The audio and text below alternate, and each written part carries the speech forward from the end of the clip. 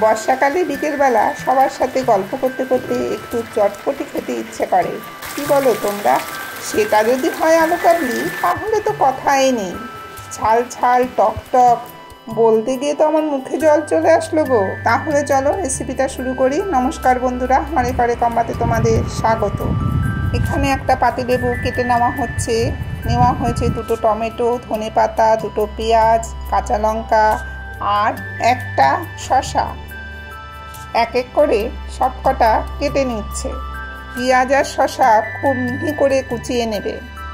আজ আমার স্কুলের কথা খুব মনে পড়ছে।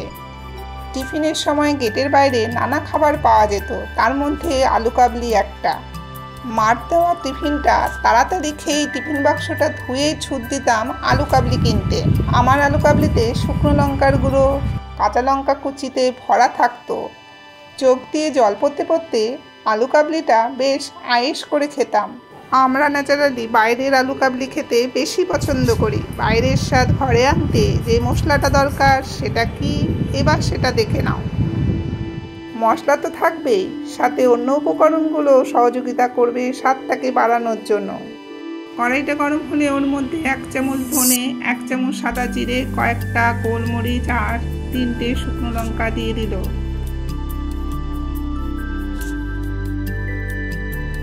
ফ্লেমটাকে লো টু মিডিয়ামে রেখে 3 মিনিট ভাজার পর নামিয়ে নিল।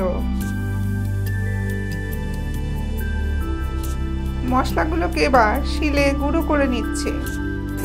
তোমাদের একটা কথা বলি, তোমরা মশলা গুঁড়ো করে অনেক আগে রেখে দিও না, তাহলে গন্ধটা অনেকটাই কমে যায়। মশলাগুলো শিলে বাটা হয়ে গেছে। এবার চলো পরের ধাপে। কি কি নেওয়া হলো এবার চলো সেটা দেখে নিই। টমেটো কুচি, শসা কুচি, পেঁয়াজ কুচি, ধনেপাতা কুচি, কাঁচা লঙ্কা কুচি, পাতিলেবু, সেদ্ধ ছোলা, সেদ্ধ মটর, 3টে আলু সেদ্ধ, কাঁচা ছোলা,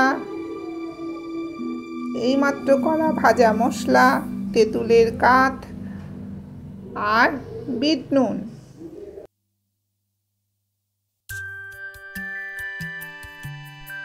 সিদ্ধ আলুর চোকলাগুলো এক এক করে ছাড়িয়ে নিচ্ছে।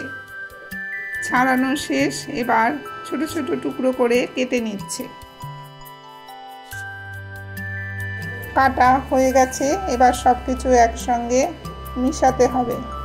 একটা বড় পাত্রে প্রথমে দিল সেদ্ধ মটর, দিল সেদ্ধ ছোলা, অ্যাড হলো সেদ্ধ কাটা আলুগুলো, দিল কিছুটা পেঁয়াজ কুচি, পরে আবার বাদবাকিটা দিয়ে দেওয়া হবে। দিল অর্ধেক শসা কুচি, টমেটো কুচি আর বিট নুন।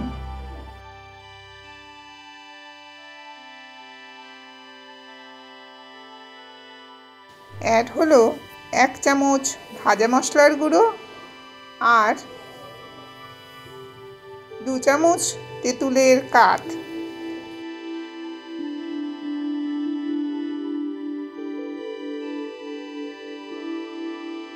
এবার দিচ্ছে পাতিলেবুর রস।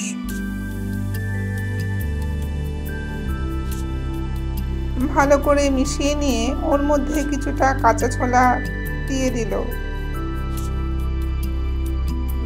কিছুটা করে রেখে দেওয়া যে পেঁয়াজ কুচি, শসা কুচিটা রয়েছিল সেগুলো এক এক করে ঢেলে দিল।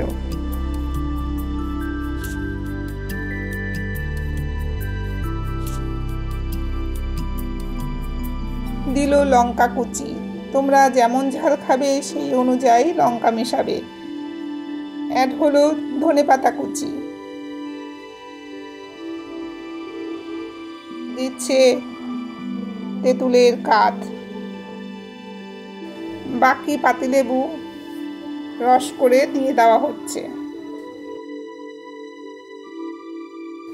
বিট নুন দিয়ে আবার ভালো করে মিশিয়ে নিচ্ছে। অ্যাড হলো কুচানো নারকেল,